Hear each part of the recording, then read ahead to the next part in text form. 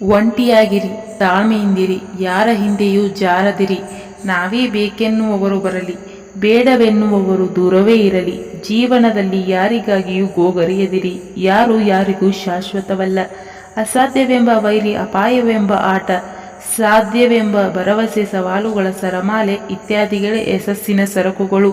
ಕೃಷ್ಣನಿಗೂ ನೋವಿತ್ತು. ಕರ್ತವ್ಯದ ಮುಂದೆ ಆ ನೋವು ಶರಣಾಗಿತ್ತು. ಜೀವನದಲ್ಲಿ ಯಾರನ್ನಾದರೂ ನಂಬಿ, ಆದರೆ ನಂಬುವುದಕ್ಕಿಂತ ಮೊದಲು 100 ಬಾರಿ ಯೋಚಿಸಿ. ಏಕೆಂದರೆ ಕೆಲವೊಮ್ಮೆ ನಮ್ಮ ಸ್ವಂತ ಹಲ್ಲುಗಳೇ ನಮ್ಮ ನಾಲಿಗೆಯನ್ನು ಕಚ್ಚಿಬಿಡುತ್ತದೆ. ಸಾಧಕರಾಗಬೇಕೆಂದರೆ ಸೋಲಿಗೂ ಸಿದ್ಧರಿರಬೇಕು. ತಾಳ್ಮೆ ಮತ್ತು ಛಲವೆಂಬ ಆಯುಧಗಳು ನಮ್ಮ ಜೊತೆ ಇರಬೇಕು. ಕಲಿಯುಗದಲ್ಲಿ ಕಣ್ಣೀರಿನ ಪ್ರತಿಯೊಂದು ಹನಿಗೂ ಬೆಲೆ ಇದೆ. ಪ್ರತಿ ಕಣ್ಣೀರಿನ ಹಿಂದೆ ಪೂರ್ವಜನ್ಮದ ಕರ್ಮದ ಫಲವಿದೆ. ಸ್ವತಃ ಭಗವಂತನೂ ಕೂಡ ಅದನ್ನು ಅನುಭವಿಸಲೇಬೇಕು. ಇದು ವಿಧಿಯ ನಿಯಮ. ನಿಮ್ಮ ಮನಸ್ಸಿಗೆ ನೋವು ಮಾಡಿದವರಿಗೆ ನಿಮ್ಮ ಬೆಲೆ ತಿಳಿಯಬೇಕಾದರೆ ಮೊದಲು ಅವರನ್ನು ನಿರ್ಲಕ್ಷಿಸುವುದನ್ನು ಕಲಿಯಿರಿ.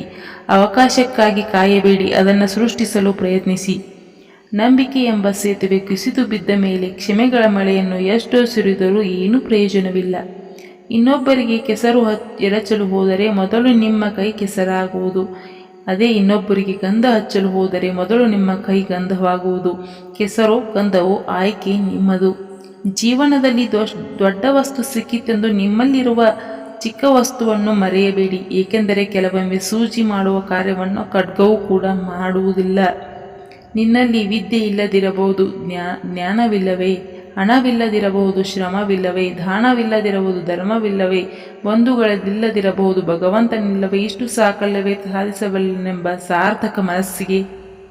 ಈ ಮಾಹಿತಿ ಇಷ್ಟವಾದರೆ ಖಂಡಿತ ಸಬ್ಸ್ಕ್ರೈಬ್ ಮಾಡುವುದನ್ನು ಮರೆಯಬೇಡಿ. ವಿಡಿಯೋ ನೋಡಿದ್ದಕ್ಕಾಗಿ ಹೃದಯಪೂರ್ವಕ ಧನ್ಯವಾದ.